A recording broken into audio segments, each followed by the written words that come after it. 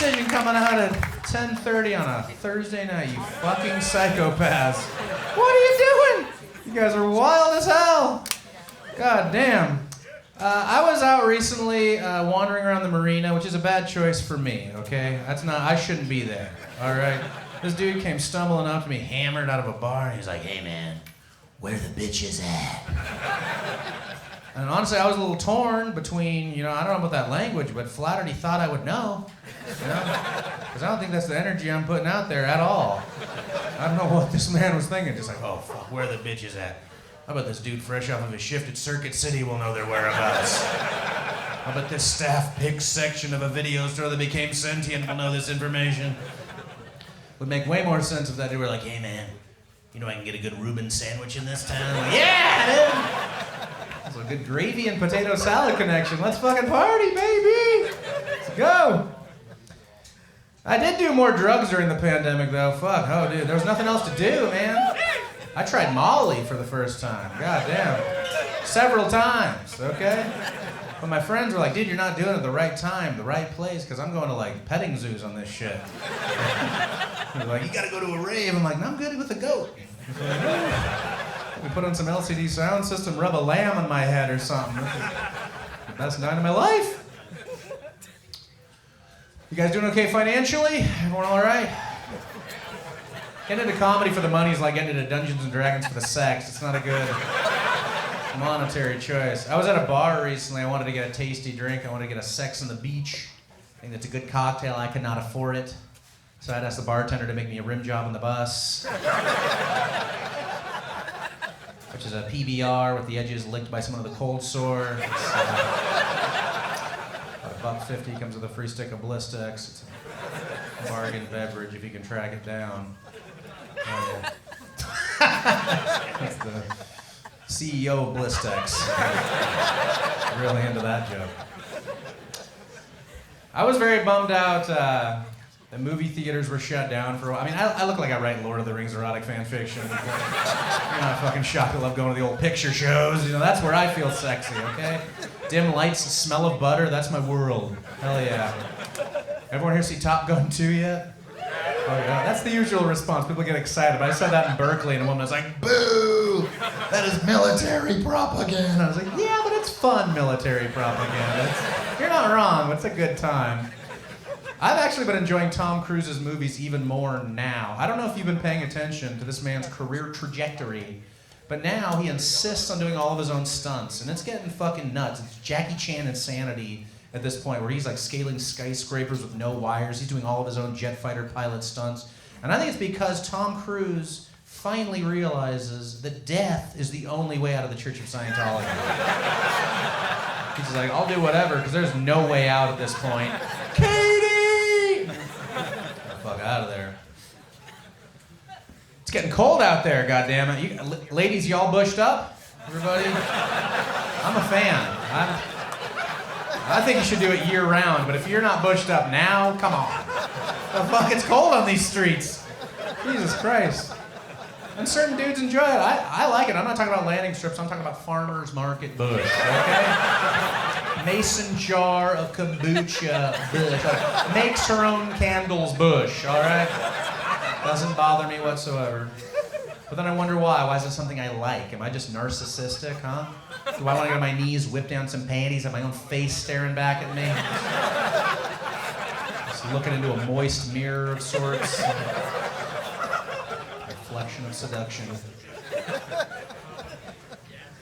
Made a fun musical discovery recently. I think I found the perfect song to play during a threesome. Yeah. I think it's gotta be Randy Newman's You've Got a Friend in Me. Huh? Keep it light and playful. Especially when toys are involved, it's a good one. There was a time there, height of the pandemic, when horniness levels were out of control. People were hitting on me. It was happening.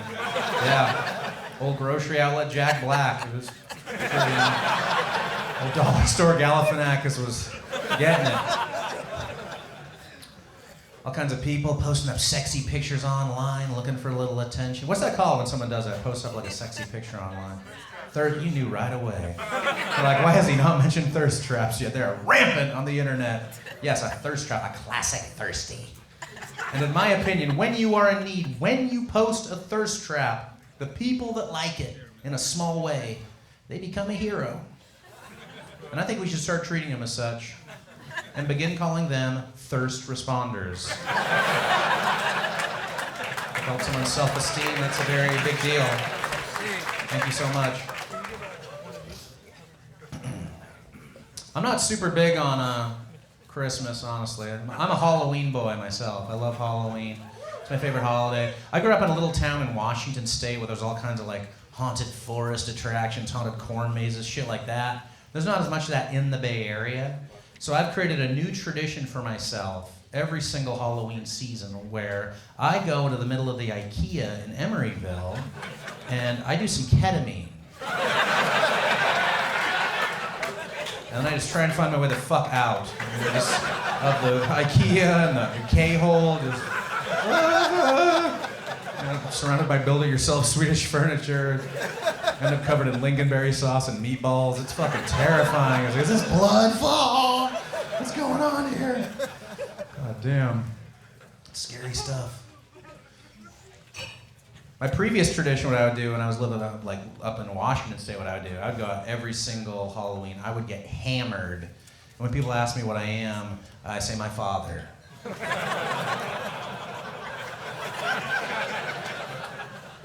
And then I'd dress up like a can of Coors Light so that he would hold me. My boy. When my dad drives through a neighborhood and sees one of those signs that says, drive like your kids live here, he turns around and drives as fast as possible in the opposite direction. But the holidays are hard for me.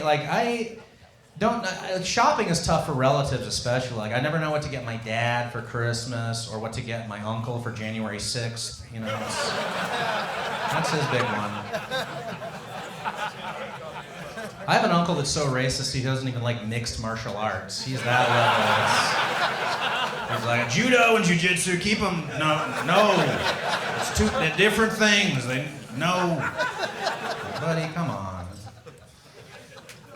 God, my dad is fucking cheap as shit.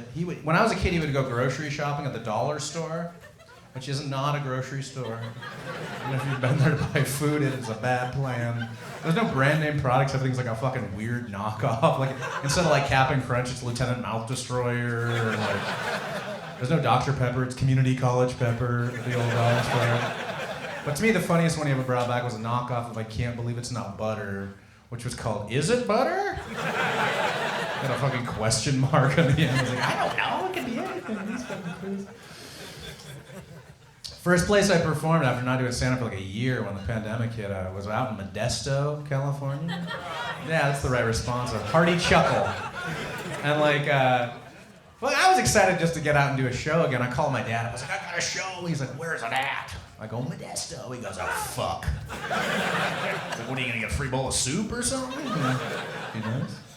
When I was driving out to the show, I was behind this huge truck for part of the trip, and this truck had a bumper sticker on it that said, honk if you love Neil Diamond. And I was like, okay, all right, let's fucking do this, here we go. I laid on that horn. But then right after I did that, this is all I see. Just angry finger throwing, and I was just like, you told me to do it. I was following this story. Piece of shit. I got all mad about it. What kind of sick game are you playing, sir? But then I was thinking about it. I was like, wait, maybe this guy hates Neil Diamond and found the perfect way to lure in fans. You know? He's just sitting there all pissed off like Neil Diamond fucked my sweet wife Caroline in 1982. Now I hate him and anyone who loves him. Ooh. You know? So if you see that bumper sticker, do not engage. I mentioned my dad being cheap as fuck. The only beer I've ever seen my dad drink is Coors Light. That was it. The only one. I was always confused. Like, why don't you try something else? Is it just because it's cheap? Or was he perhaps swayed by advertising? Because one time, I did see a statement on a bottle of Coors Light that got lodged in my head. It said, experience the legendary taste of Coors Light. What the fuck are these legends, guys?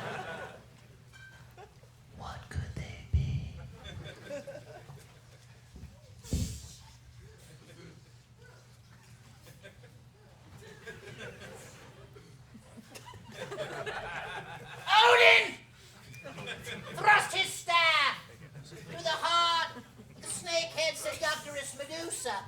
And then chugged a cold, crisp, Coors Light. The mighty Thor swung his hammer and parted the seas with Poseidon beside him. And then knocked back a cold, delicious Coors Light. The Prince of Darkness, Count Dracula, awoke from his cold coffin sarcophagus in his castle in Transylvania. What beverage did he want upon awakening? Type A, you say? No way. Type B? Boo, no. He wanted type C for Coors fucking Light.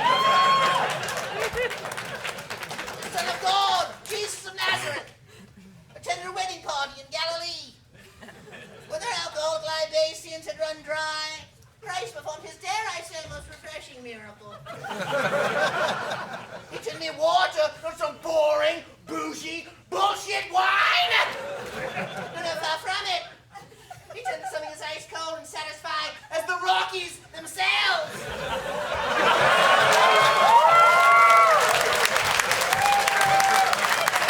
The power of Christ compelled those body to spend the rest of the damn night slamming! The cold, legendary taste.